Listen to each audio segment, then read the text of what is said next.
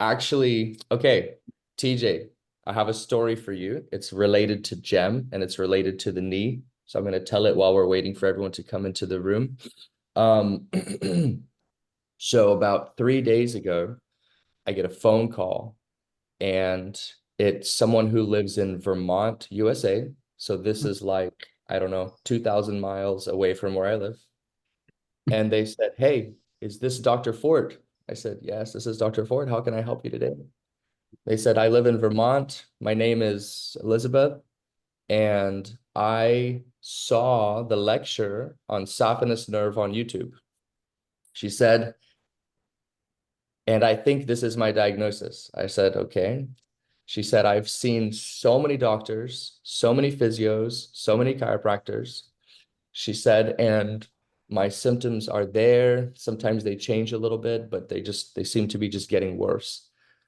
And so I arranged a Zoom call evaluation with her, and her husband were there, and I watched her do movements and asked her about her symptoms and stuff like that. And I was surprised because she was right.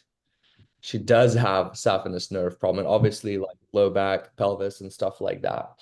Um, and so I've seen her twice, and I have had to guide her husband to do some manual therapy.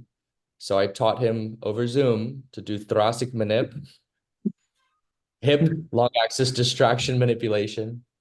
And yesterday we were working on the side lying lumbar and SI manip, but that one he was no good. The other ones he did okay, but this one we'll have to work on. But yeah, so I'm really excited because I think this patient does have a good prognosis. It's just gonna take a few sessions to get her feeling better. So I'll keep you guys posted about her. Yeah. Some problems we teach are complex, and Yeah, patients looking yeah, for solutions. They are yeah, not, that's why we call it expert manual therapy, because a lot of regular therapists will miss this stuff. yeah, yeah. Just an extension to the story, I'm currently seeing this very intelligent man in the clinic. I've probably one of the most smartest people I've met. He's a lawyer, went to a Ivy League school, came to me after reading my research paper. How many Oh, patients you see that that's he's like, crazy. this guy is very, very smart. Very, very That's smart. crazy. Yeah, yeah. I mean, you're reading a research paper which is not your field. And Yeah. yeah, he's a very smart man. And rightfully so, went to Ivy League school. Graduate. He's a lawyer by profession. Yeah. So these things happen. If you know what you're doing, you're gonna stand out. That's why we run this program. Yeah, So that's not the first person that's contacted us about that YouTube lecture. I'm curious which research paper was it, the one on like it was Baxter on Magnus syndrome. Magnus syndrome. Nice. Very cool. Okay. I think we're probably ready to go ahead and get started. Dr. Drumi, is that a green light? Are we good? Yes, so we can start. Fabulous. Thank you.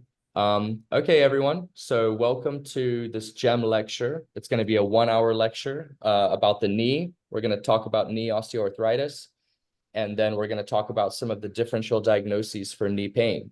As we mentioned just now, one of those diagnoses, differential diagnoses, would be saphenous nerve, where we get an angry nerve by the knee that's caused by low back pain.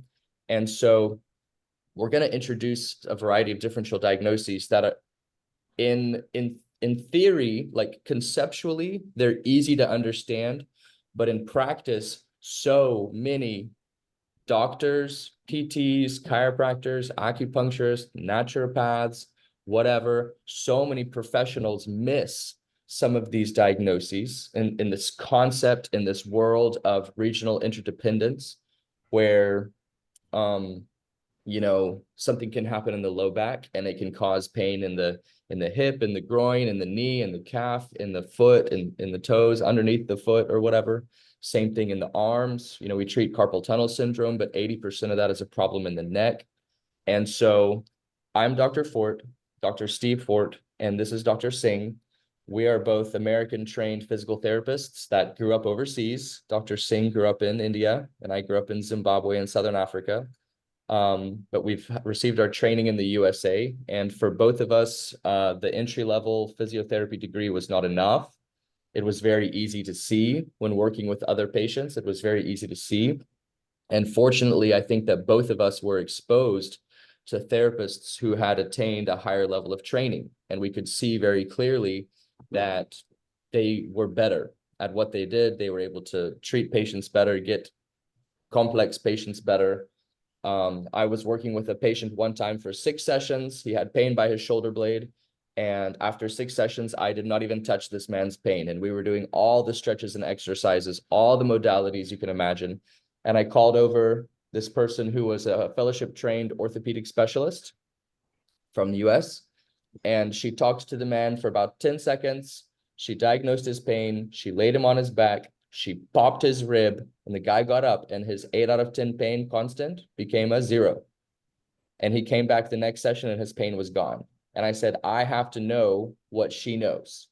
And so doctors, that was my journey. That's what kind of set me off to go through everything. There's very few physiotherapists that have attained orthopedic specialization and fellowship training. It's a lot of time and effort. The orthopedic exam is massive, really hard exam that you have to study for. It's like an all-day exam. And then the fellowship program is about 2 to 3 years of additional education.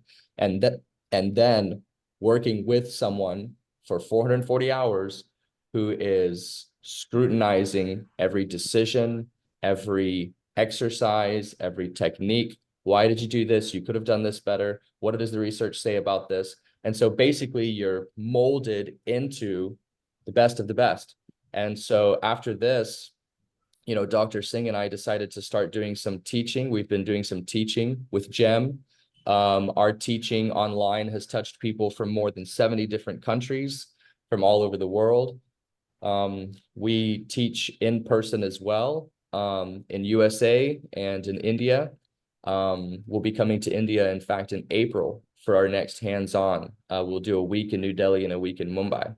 So if you guys enjoy what you hear during this lecture, you can think about joining us. The other thing that I want to tell you guys before we get started is that we have cohorts where we teach, 1 weekend a month, and we teach on different topics covering everything from head to toe, manipulation, neurodynamics, dry needling, and we bring the latest and the greatest to the table, and we give you guys our clinical insights that we've learned not only at the doctorate level, but at the specialist level and at the fellowship level.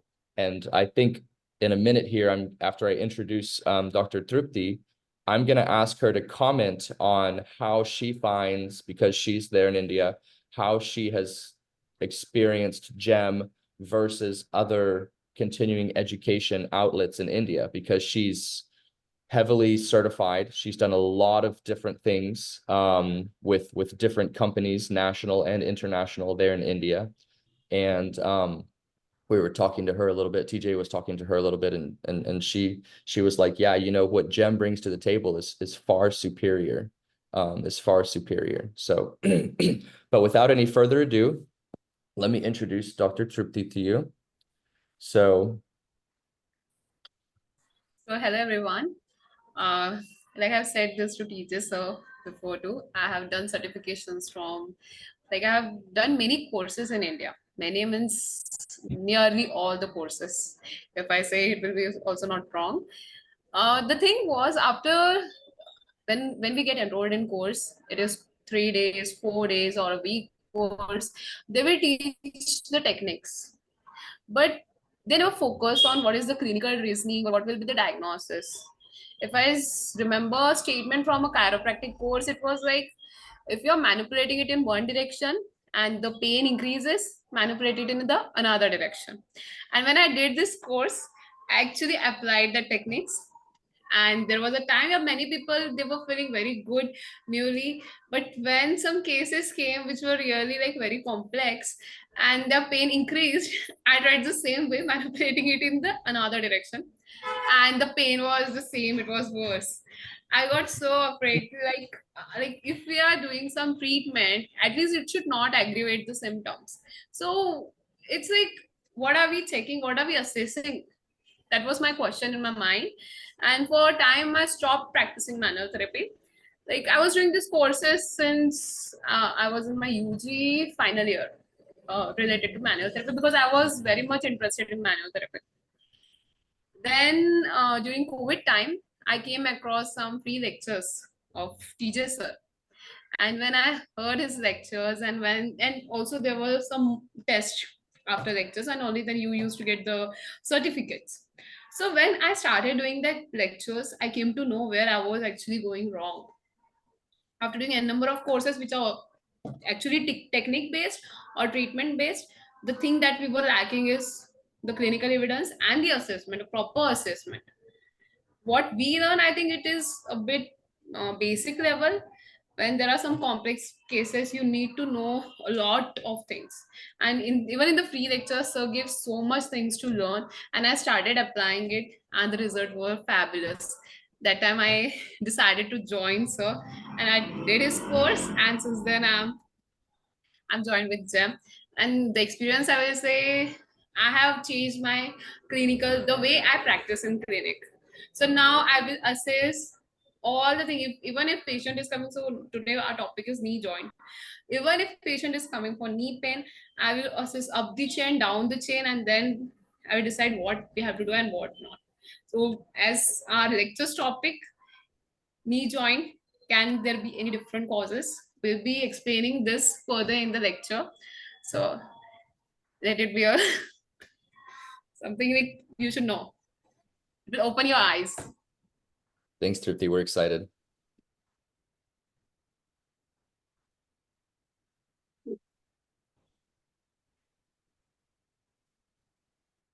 I need to start? Yeah, I think you can start. Yeah.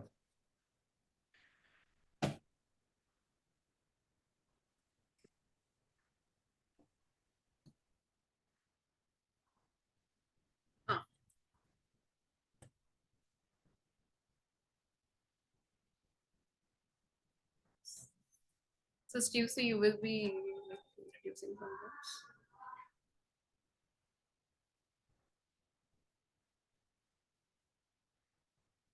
So Jem,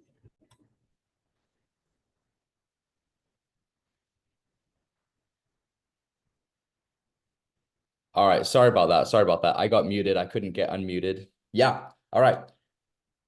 So I just want to introduce Thrifty real quick before she starts. So she's from Srirampur, Maharashtra. She's a PT. She has a lot of advanced training in manual therapy. She actually has some of the best hands among our master class. So people that graduate from our one-year program, they can stick around and become trained to become extensions of GEM and hopefully soon start doing some teaching of some courses there in India. So she's in our master class. She's got really good hands, among the best in our master class.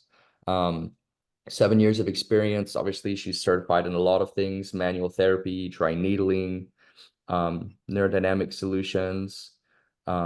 She's done a diploma in osteopathy, which our manual therapy, all the manual therapy that we teach comes from an osteopathic school of thought. We don't teach chiropractic techniques. The osteopathic techniques, generally speaking, are more gentle and precise. She's a pelvic floor PT level 1, and she's a fellow in training with us here at GEM. So you guys, please follow us, connect with us. And then, of course, if you have any questions about our free lectures, our courses, or our certification program, then just reach out to Dr. Through Me. Okay. All right, Thrifty, take it away. It's all yours.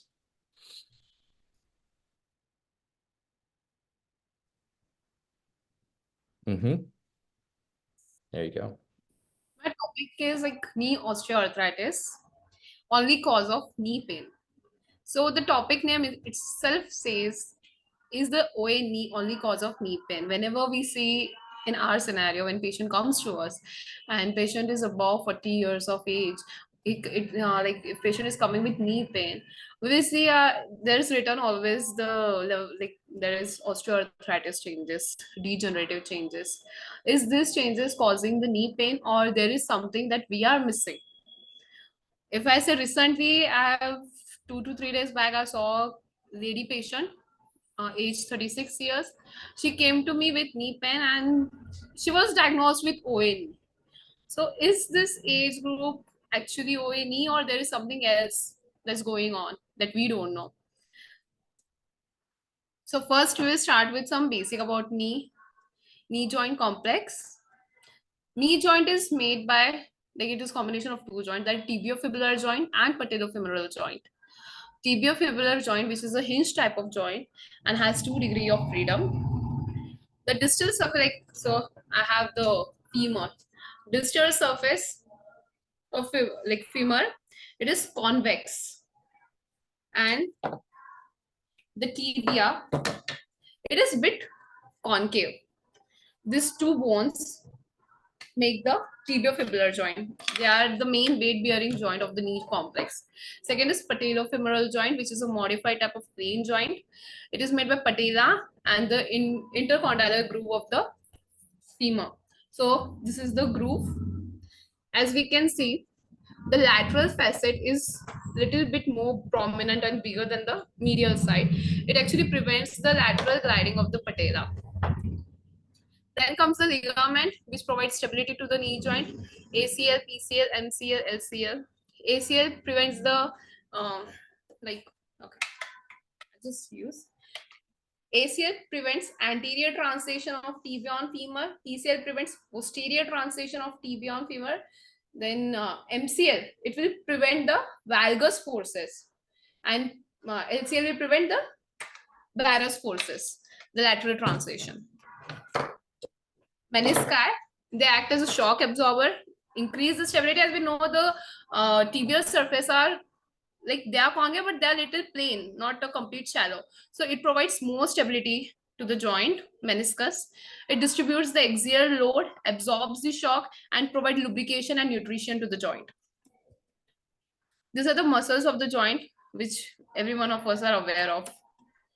Now, let's just talk about range of motion and osteokinematics. Flexion range ranges from 0 to 130 to 150 degrees. Extension is 0 degree.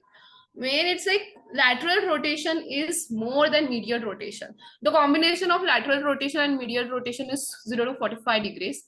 Like, yeah, it is a knee joint has 2 degrees of freedom. There is bit of lateral and medial rotation with flexion and extension. Flexion and extension are the main function of the joint. Then the resting position of joint is 25 degrees of flexion. In this position, the ligaments are lax. So this is the position in which we are going to give manipulation or mobilization. And if there is some patient who comes to you with severe pain and swelling, this is the position where you will be starting your treatment. Closed pack position, it is full extension and lateral rotation of tibia. In this position, the structures are completely taut. You can't provide any manual therapy in this position, else you will injure the structures. Capsular pattern of the knee. This is most important by diagnosing some conditions. Capsular pattern is there is gross limitation of flexion and mild, like, it is followed by extension, mild limitation of extension. Now comes arthrokinematics. We know concave convex rule. When the concave surface is moving, it will move, glide and roll in the direction of the movement, and opposite with the convex. So here, as we all know, femur is convex and the tibia is concave. In open chain, tibia will move, like tibia will be free to move, but in closed chain, tibia will be fixed and femur will move. So here, when we are doing an open chain knee flexion, tibia will glide and roll posteriorly, and in extension, tibia will glide anteriorly. Okay, while it's gliding and rolling, there will be a bit of the rotation in first 20 degrees of flexion, from extension to 20 degrees of flexion, 20 degrees flexion to extension. So when the tibia is, like, when we are flexing the tibia, it is going backward, it is gliding backward. During a flexion, it will internally rotate tibia, and during extension, it will externally rotate. Okay, so this was in open kinematic movements. Now we'll go to the closed kinematic movements, where the, I'll just do it like this. Tibia is fixed and femur will be moving. So when we are doing flexion, femur will glide anteriorly and it will roll, like, it will it will glide anteriorly, and there will be a bit of the external rotation. And when it is going into extension, it will glide posteriorly with mild internal rotation. So next, osteoarthritis, the most common diagnosis. This is the diagnosis that is more like, I have just shared a case of a female, 26 years old. So what do you think? She came with a knee pain anteromedial, and post X-ray, she was diagnosed with mild osteoarthritic changes. She was diagnosed as osteoarthritis. So just let me know who all think 26 years of female can get the osteoarthritic pain. It's very common to hear about this diagnosis. Let's move on. So first, let's know what is arthritis, osteoarthritis. Here you can see two pictures. On your left side, there is a normal knee picture. Here, the bluish purple part which you're seeing is actually the articular cartilage. And on your right side, this is the it is a picture of osteoarthritis in which there is wear and tear of articular cartilage. So osteoarthritis is a degenerative disease which results of wear and tear and progressive loss of articular cartilage. It is commonly seen in elderly patients. So if patient is coming about like 50, 60 years of age, and there is like complete diminished joint line tenderness and diminished joint joint space, then you can say it as an arthritis. Classification, primary and secondary. Primary is the true way it is called in old age. There is articular degeneration, but secondary is due to some misalignments or post-traumatic or in obese patient, diabetic patient, or overuse, like overloading and all. These are some symptoms and diagnosis which we all are aware of. The main things that are going to we will be seeing in the diagnosis OA is knee capsular pattern. Right now we have just told you about what is the knee capsular pattern. It is there will be gross limitation of flexion followed by extension, and there will be changes on the X-ray. There is KL grading system of X-ray that you can see. Symptoms, the onset will be gradual. It will worsen with activity. There will be knee stiffness, early morning, swelling, prolonged, like pain with prolonged sitting and resting, loss of range of motion. Again, it shows the same knee capsular pattern. There will be loss of range of motion, joint line tenderness, enlargement, joint enlargement, crepitus and cracking, and main varus deformity. So treatment of OA, we have divided it into three parts: strong evidence, moderate evidence, and low evidence. This is actually research based.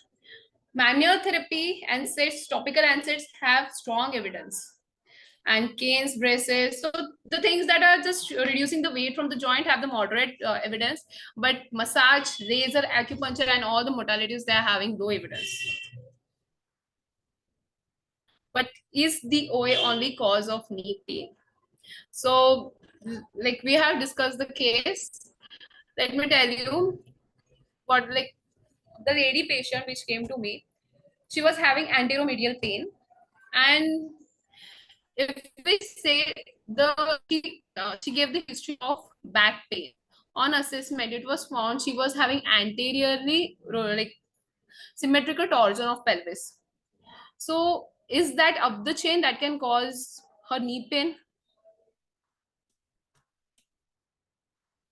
There are some different causes of knee pain. We are not going to discuss every cause, but the three highlighted are the ones that we are going to discuss. Knee pain can it can be referred by pelvic, lumbar, thoracic, hip, ankle, Syphus nerve entrapment that Steve sir was telling about. Then it can be because of mid-lumbar radiculopathy, that is from L2, L3, L4. There is Meralgia, paresthetica that we'll be discussing further. Pes anserian bursitis, patellofemoral pain syndrome, jumper's knee, ligamentous or meniscal injury, osteonecrosis or fracture of femur, tibia or patella, and rheumatic arthritis. So this can all be the differential diagnosis for knee pain, but these are the main three highlighted that we will be discussing. These are more like differential diagnosis for knee pain according to the area of pain, like quadriceps tendinitis, then patellar tendinitis, ITB syndrome, patellofemoral syndrome. Medially, you can have middle meniscus tear, MCL sprain, then pes anserian, which is anteromedially below the patella. Backside, it can be biceps femoris tendinopathy, Baker's cyst, lateral head of gastrocnemius, medial head, hamstring strain, calf muscle, and DVT. So what is regional interdependence? Actually, regional interdependence, it is like if someone is coming with you with a single pain, like so say carpal tunnel syndrome, it's not like the symptoms are arising from the tunnel. Sometimes it can be something that is up the chain that is causing the compression there. So we have to see up the chain and down the chain if there's something else that is radiating pain towards the joint. So the first thing we will be explaining about is overpronated foot. This is something that is, we see it very oftenly, and it's like we misdiagnosing it. What is pronation of foot? Pronation is a triplanar movement. In weight bearing and non-weight bearing, there is a bit difference in pronation. In weight bearing, there will be calcaneal eversion, talar adduction, and talar plantar flexion. Just a minute. Huh. There will be absent middle longitudinal arcs. Like the middle arch will be completely collapsed. They can show the flat foot presentation. Tibiofemoral, there will be medial rotation of tibiofemoral bones. So just now, like if everyone can stand up, I'll be showing you the movements of the foot.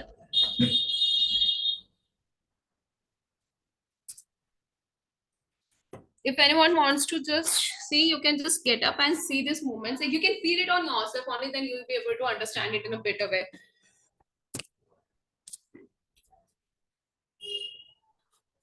Are my legs, my foot visible through me? Yes, ma'am. Yeah, okay. So now, when your foot is in overpronation, there will be eversion, abduction, and plantar flexion. So this is the movement. What is this movement causing at knee? Just pay attention there. So this is the like bones and what's happening.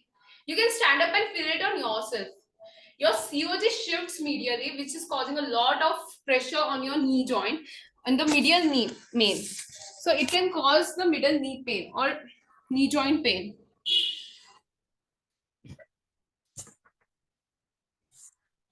And these things are taken from the evidences.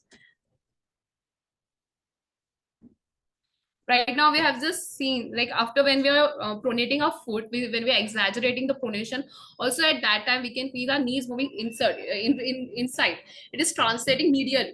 It is causing more pressure on the knee joint, and which can definitely cause the knee pain. So this is what happens when our foot is overpronated. There will be increased tibial internal rotation, medial shift in weight bearing. Your COG will shift when you're overpronating. See here, the subtalar eversion is there. There is hyperpronation. There will be little bit more of the valgus forces.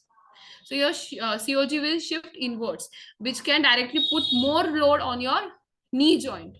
Okay, valgus and hyperextended knee, internal rotation of femur, which can also be cause you bursitis symptoms in your hip. Okay, there will be greater stress at knee joint and the ligaments, increased anterior knee laxity. If anterior laxity is increased, what is the ligament that is like giving us stability there? That is ACL. If there is more laxity, there will be more load on ACL. The ACL have to function more and it will be prone to get injured in such cases. So anything up the chain that cause the foot pronation. Foot pronation is affecting the like structures that are above it, like knee, then we have seen till hip. But anything up the chain that is causing foot pronation? Anyone?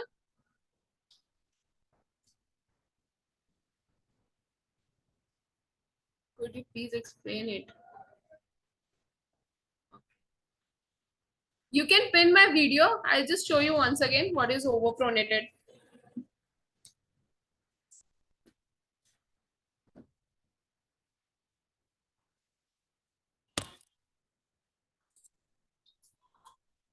So is my foot visible through me? Yes, ma'am.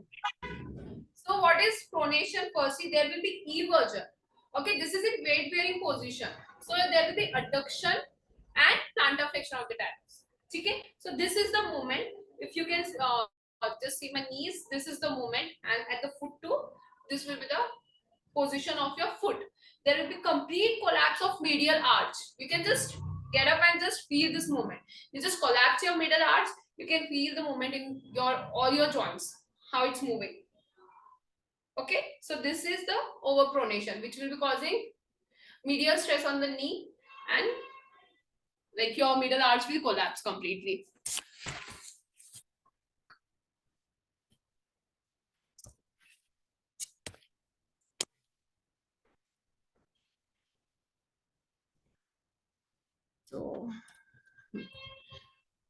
So anything up the chain that is causing foot pronation. If foot pronation can disturb the mechanics above it, the above mechanics also can change the below chain. It can put the load and cause foot to go into pronation. So what are the things? Here, there is the pelvic tilt, forward pelvic tilt that I said in the case to you.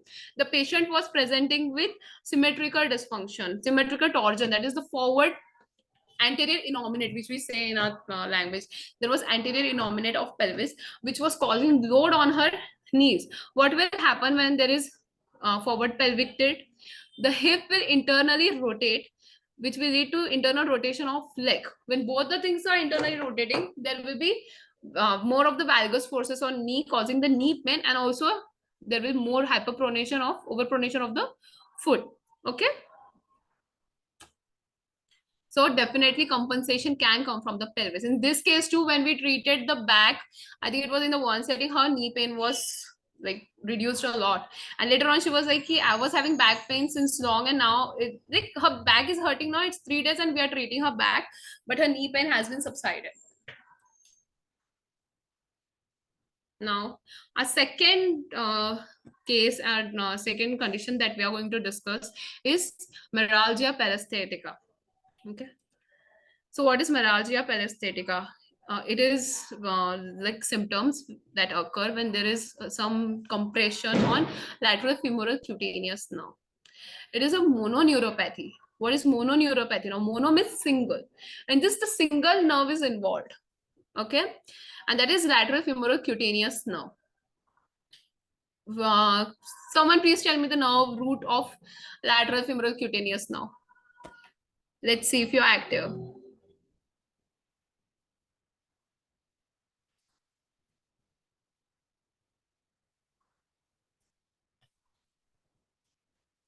Only 2 people are like active, I think. Lateral femoral cutaneous nerve root value. I think it's very easy.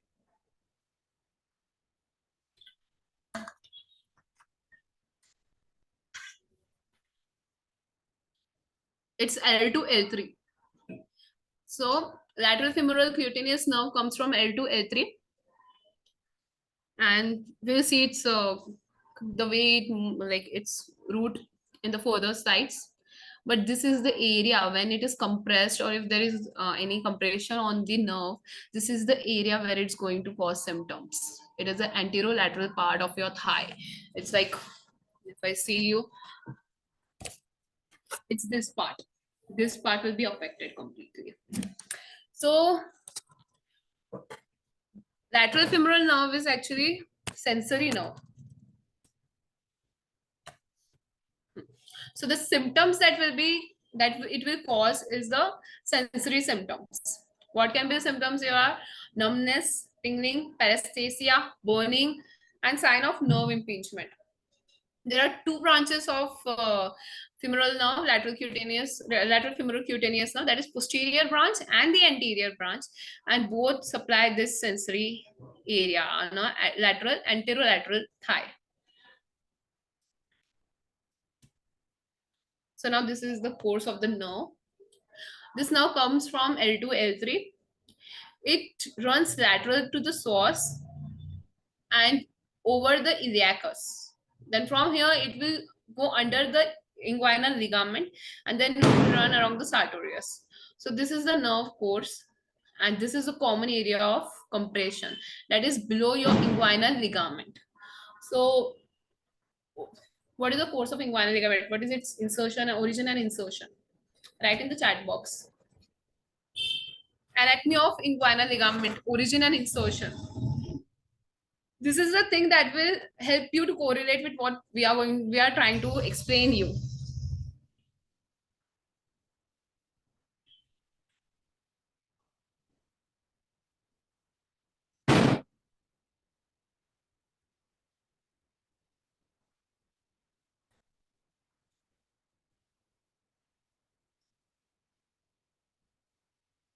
Yes, it is ASIS to pubic symphysis. Inguinal ligament moves from ASIS inferomedially and attaches to the pubic tubercle of pubic symphysis. So whenever this inguinal ligaments get taut, it will like cause compression on the nerve below, that is lateral femoral cutaneous nerve.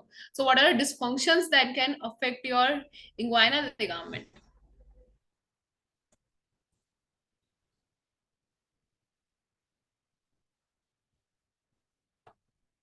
Anyone? Dysfunctions that can affect inguinal ligament.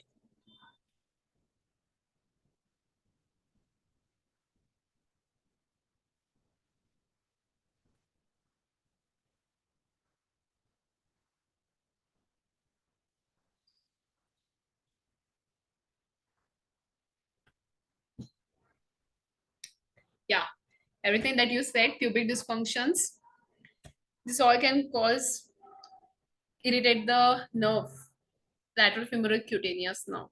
And also the hypertonicity of the psoas, iliopsoas can also irritate the nerve, as it can cause some compression there. Okay. So as we have seen, it is a sensory nerve. Whenever it's getting compressed, it will show you sensory symptoms all along its route that we have seen anterolateral. So now, how it can get more like irritated? It is the etiologist after chronic repetitive positioning of lower extremity in extended and external rotated position. That is Taylor sitting, and you're sitting to like this. Okay, this will irritate the nerve. This will put pressure on the nerve. It is seen 7 times more in type 2 diabetes cases, obesity, pregnancy, wearing tight pants. So how can wearing tight pants cause irritation to the nerve?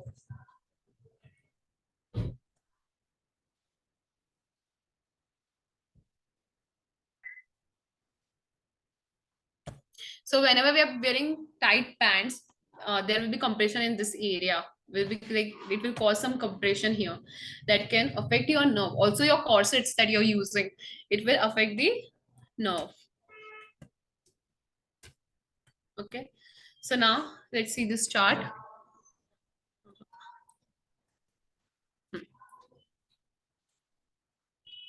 Meralgia, paresthetica, pathogenesis. So there can be 3 factors here. One is the mechanical, then idiopathic, and metabolic. Metabolic, it's come like diabetes or obesity. Mechanical, spine, pelvis dysfunction that just now we have seen. We were talking about some dysfunctions. Then it comes pregnancy and obesity. Pressure on the lateral femoral cutaneous nerve. It can be because of belts, tight waistbands, or corsets that can cause the compression. Okay, this all can lead to compression or injury to lateral femoral cutaneous nerve. So now, as this nerve is sensory nerve, you will be the patient will be complaining about some sensory outputs, and the symptoms will be typically unilaterally, and it will rarely follow any dermaturnal pattern. Okay. Recovery will progress within 3 to 6 months, and you have to first rule out any other diagnosis. You have to check the back, lower back, and if there are any radicular symptoms or intervertebral disc diseases, you have to first rule out all the things before like going towards the diagnosis. Now just tell me, lower back, can anything in the lower back irritate the lateral femoral cutaneous nerve? Like we have seen its nerve root value, it is L2, L3. So when there is restriction or reduced segmental mobility of L2, L3 that you can do by doing the PA glides, if there is there you find there is like reduced mobility there, it can definitely cause some pressure on the lateral femoral cutaneous nerve. So you have to also, before checking the distal part, you have to also check the proximal part at the lumbar level. Okay, so this all symptoms can cause compression on the lateral femoral cutaneous nerve, which will lead to Meralgia paresthetica. So this is it will show only the sensory symptoms, which are decreased sensation, dysesthesia. What is dysesthesia? Actually, it is painful sensory sensations. Okay, the patient will complain of tingling, burning, stinging, stabbing. There will be some painful sensation which can lead you to lateral knee, till your lateral knee. Then SLR testing will be negative. There will be pain on palpation of lateral inguinal ligament. This can also be used as like diagnostic testing. If you find there is nothing above the chain in lumbar and patient is showing the symptoms of sensory symptoms of on anterolateral thigh, you can just palpate the inguinal ligament. You have to go from ASIS to the pubic tubercle. Go and palpate it. Just apply the pressure over there and feel. Okay, if patient complains of increase in pain or increase of symptoms down the leg, that means the nerve is getting irritated below the inguinal ligament, and that is your diagnosis. So next is patellofemoral pain syndrome. This is the third diagnosis that we will be discussing today. I hope everyone is clear with the Meralgia paresthetica thing. Are there any question on this?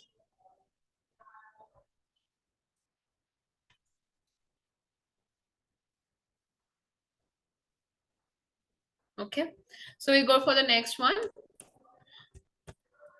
That is patellofemoral pain syndrome. Patellofemoral pain syndrome, it will be near the where it joins, like the joint line of patellofemoral. This is the area where there will be a pain and inflammation. Okay. What will be the presentation? There will be anterior retropatellar and peripatellar pain, region pain. Onset will be insidious, and this is the main diagnostic factor for PFPS. Increase in pain in loading activities, that is squatting, groaning, long sitting, stair ascending and descending, prolonged sitting. This is the thing that you can actually, that will help you to assess and differentiate knee pain, like patellofemoral pain, with other causes of knee pain. Because research says 93.7% of people will be having pain while squatting with PFPS. 90.8% people will be having pain in running. 91.2% people will be having pain while ascending or descending the stairs, and 54.4% people will be showing pain in the prolonged sitting. There will be like patella tilt test will be positive. There will be hypomobility of the patella. So whenever you're trying to tilt the patella, you will aggravate the pain. The patient will complain of pain symptoms, and the patella will be very much hypomobile. You can also do one thing. You have to just palpate all around the patella, bit like medially, and check if the patient is complaining about pain. It is also used to diagnose the PFPS, but this is the main thing that you'll be seeing in all the flexion loading activities. There will be pain. So now, this is the classification, clinical classification based on the clinical practice guidelines by APTA 2017, given by Veli et al. It is classified into four. Overuse or overload without other impairment. Patient will tell you the history of increase in magnitude or frequency of patellofemoral joint loading. So whatever activities we have seen in the last slide, there will be increase in the number. Then I think muscle performance deficit, lower extremity muscle performance deficit will be there, mainly in the hip and quadriceps. So here for the treatment, you have to give hip and knee resistance exercises. So the second topic, like in this three, we are saying is the treatment protocol according to their clinical classifications, what you can give to your patients. When there is movement coordination deficit, there will be dynamic knee valgus. Like why will be dynamic knee valgus? It can also be because of pronation that we have just shown you. whenever the patient is standing, like walking or running, the knee will go into the valgus. So that is dynamic knee valgus. And when you're assessing it in a static position, there will be no valgus.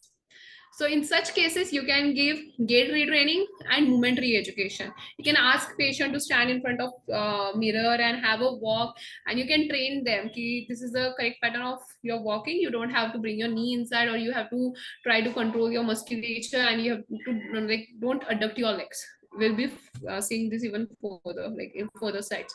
You will get a better idea of this, what I'm speaking of. Then mobility impairments. It can be either hypermobility or hypomobility. Which are the muscles that are actually involved? Hamstring, quadriceps, gastrocnemius, soleus, then lateral retinaculum and ITB band are also involved in this. How are we going to approach patellofemoral pain syndrome? You have to assess the body structure, see the functions. Then you can include some provocation test, patellar mobility test. As we know, the mobility of the patella will be reduced. You have to check the foot positioning, hip and thigh muscle strength. We have seen like quadriceps and hamstring have a major role. Like you have to check their strength. Then you have to also check for the muscle length. Okay, and you have to check the dynamic movements. You can ask patient to squat, to walk, and just see what's going on. So now this is by Mera et al. 2011. Faulty hip mechanics, that is adduction and internal rotation, can cause PFPS. When your hip is moving more into adduction and internal rotation, that will cause patellofemoral pain syndrome. Why the hip is moving in adduction and internal rotation? It is because of decrease in hip strength, specifically at the adductors and external rotators. So your posterior gluteus medius will be the major culprit here. Like you have to check it, assess its strength before you like go to any diagnosis. This will, like, strength of the PGM will be reduced. Okay. Other predisposing factors, there will be decreased flexibility of quadriceps, hamstring, ITB, gastrocnemius. There will be decreased strength of quadriceps and hamstring. Joint laxity. We have also like gone through the slide before, which shows how the pronation can cause joint laxity, and pronation is also causing the PFPS. Deviation in patellar mobility and tilting. Patella will be more lateralistic, more laterally, and also it will be hypomobile, really tilted. There will be increased quadriceps angle. We will be seeing this part even in further side, Q angle. So an increase in hip adduction and internal rotation increase the Q angle by increasing the relative valgus of the lower extremity. When your hip is more into adduction and internal rotation, Q angle will be increased. So like when I asked you to stand and check for the pronation, at that time also we have seen there was increase in valgus forces, and you can feel it. Like for that movement, your hip was going into adduction. Okay, so whenever there is increase in adduction and internal rotation, there will be increase in Q angle. Now, an increase in 10 degrees of Q angle can increase the contact pressure of the patellofemoral joint by 45%. Only 10 degree of increase in Q angle will increase the pressure on the joint by 45%. Okay, so this is the picture. Hyperpronation causing knee valgus stress, lateral patellar displacement, and femur is going into internal rotation. It is all because of gluteus weakness. It will also affect up the chain, your SI joint and your lumbar joint. Okay. So now this is a treatment protocol. What like evidence tell us how we can treat PFPS. Exercise therapy, hip and knee targeted. So first we can have a question here. Like we are seeing again and again the increase in hip adduction and internal rotation is causing pain at the knee. So can someone tell me what are the external rotators of the knee? Sorry, hip. Name the external rotators.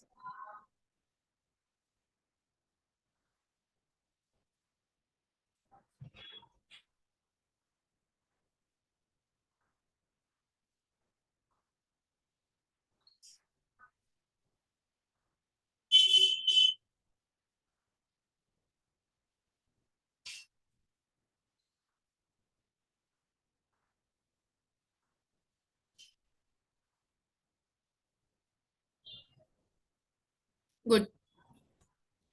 So we have to focus on your abductors and external rotators while you're treating the PFPS. And now here we go. We have to be like mostly focused on posterolateral hip musculature. Then in exercises, you have to give exercises targeting the muscles. You have to increase the strength of external rotators and abductors to ease the pain of the knee.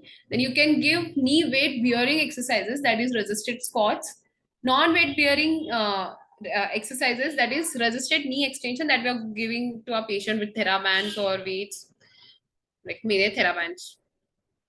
And you have to focus more on hip than knee when you're treating PFPS. So whatever exercise protocol you are forming, you have to be like, first you have to assess the hip, and your exercise protocol should include your hip exercises more. Okay. Then patella taping, it only gives short-term effect. You have to combine it with exercises. It's like it will just support your patella till your muscles are getting strengthened. Then it is put, or you can give orthosis for pronation. You can give prefabricated orthosis if pronation is very greater, and you can use it up to 6 weeks, but you have to give exercises. Again, till exercises correct the posture, it will just be a supportive treatment. Then running gait retraining. You can have multiple sessions of cueing. You can give cues to the patient. Ki, yeah, your like leg is going in adduction. You can draw some lines on the like ground and ask them while running, your foot should not cross this line or not adduct. Like it should not come inside. Like it should not cross the line. Okay.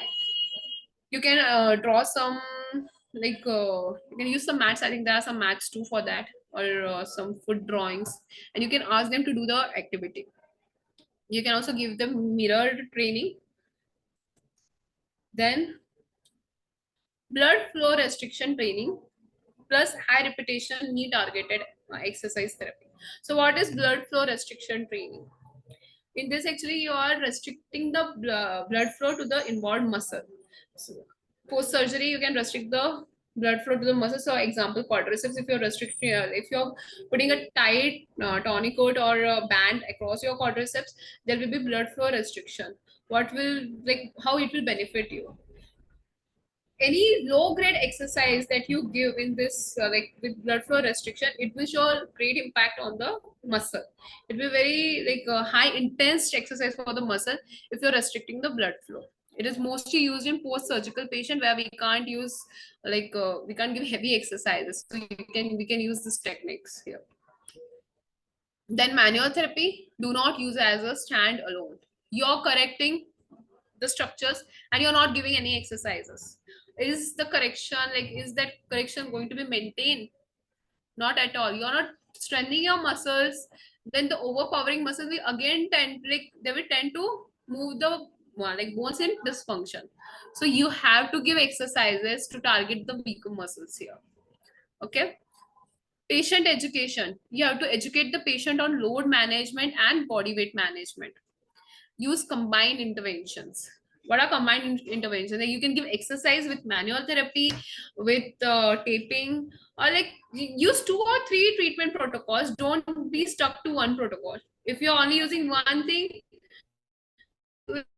the results will be very slow. If you're like combining 2 to 3 things, then you get better result. And in this research, like it was, your modalities were not of any use. It was not so discussed here.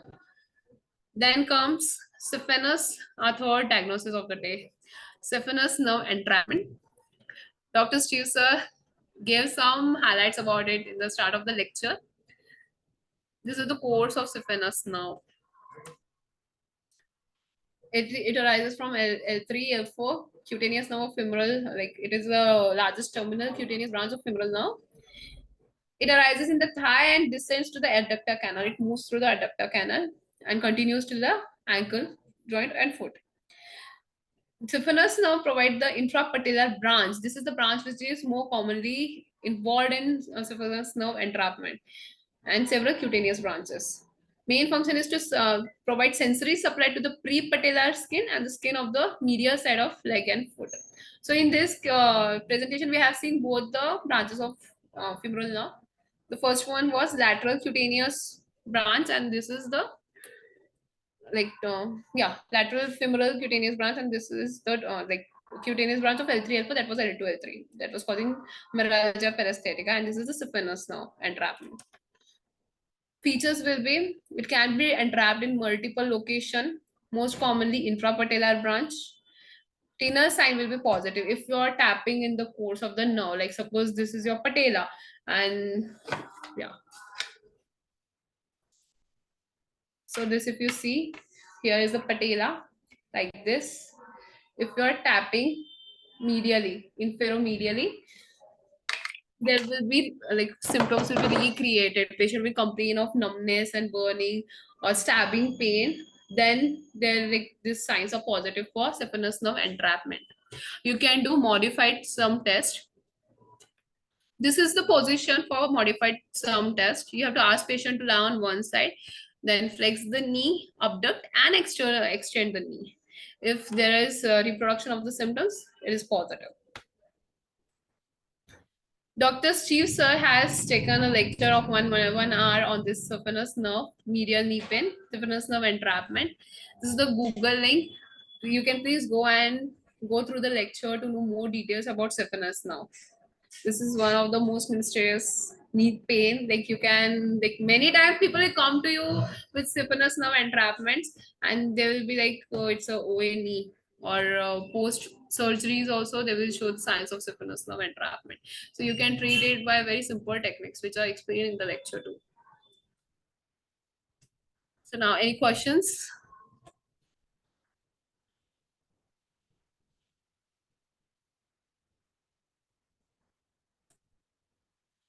Let's do some case studies. Case study 1. Patient is 17 years old, male, football player, reports pain with running and going up and down the stair. There is no medical history, no recent injury, no previous injuries, no clicks, no instability. All the knee physical examination was negative in this patient. But the patient came with a complaint of knee pain. Okay. What were the chief complaints? Right medial knee pain. Other assessment showed there was sitting flexion, knee flexion, right positive, sacral base, right deep and tendon, supine to sit, right long to short, X-ray MRI negative for knee. What will be the diagnosis here? You can just see this once again.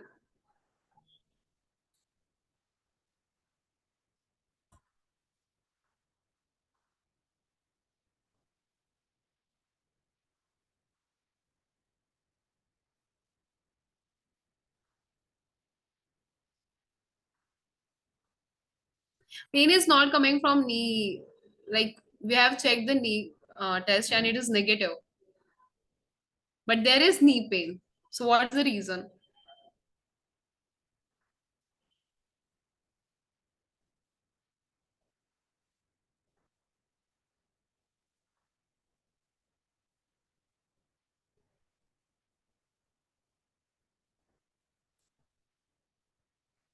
No, it's not overuse. For PFPS, we have said some typical signs. Also, the patellar tilt test is positive in PFPS. And here there are all the pelvic like findings that we are talking about. Patient has not shown any clinical signs of clear like knee pain. Like clinically, like examination was negative.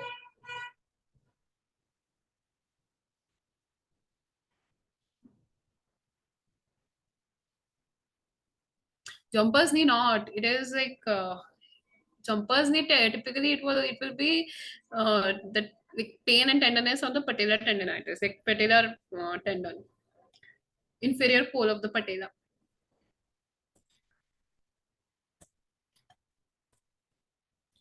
So this is because of sacral torsion, symmetrical sacral torsion, that is anterior anomaly. This we discussed in our course in detail. There is a lot to talk about pelvic dysfunctions. And I think it is 8-hour course completely on just pelvic and sacral torsions. In that you can Like you will know in details the special testing and how you can find if there is any sacral involvement and not the pain is not through the knee itself. The findings are of SI joint, it is of sacrum. So the case was of sacral torsion. This was the same presentation shown by my patient too, anterior innominate rotation L1L. Now, second case study. A 62 years old male patient complains of pain and stiffness in left knee since 2 years. He complains of pain while climbing stairs and stiffness in standing, even less than 30 minutes. He's not able to stand for more than 30 minutes. That means there is no history of trauma, injury, or fall. Pain aggravates with activity and relieves with rest. Now, what are the X-ray finding? X-ray finding shows narrowing of joint space with mild diffusion and osteophytic projections in the knee. There is joint line tenderness that is positive. What will the diagnosis here?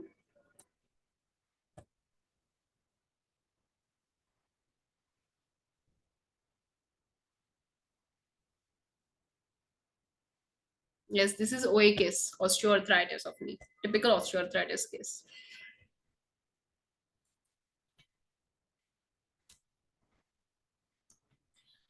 Third case study, 68 years old, overweight female, which has the history of bilateral mastectomy, secondary to breast cancer, presented with numbness and tingling of anterior and lateral aspect of right lower extremity for past several weeks.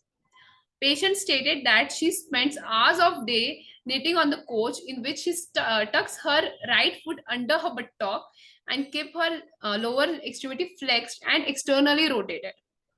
So physical findings are normal stance, gait, muscle strength testing, and reflexes of lower extremity. Diminished, so there's a diminished sensation to touch on the anterior and lateral aspect of the right thigh. BMI 29, other vital signs are okay. There is bilateral hypertonicity of psoas muscle, which is right more than left. ASI's compression test is positive towards the right side. Supine to sit, right is long to long.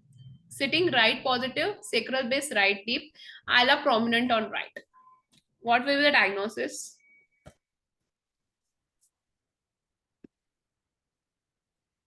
Yes, it is Meralgia paresthetica, but there are like, what is causing the compression on lateral femoral cutaneous now?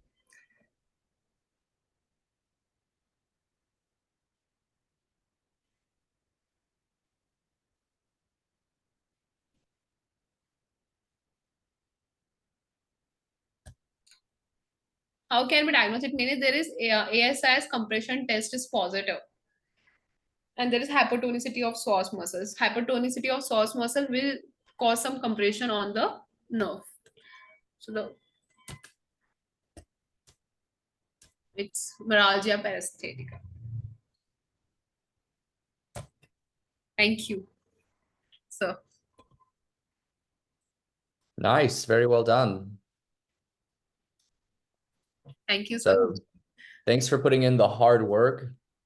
Thanks for informing us and teaching us some things. I really like talking about one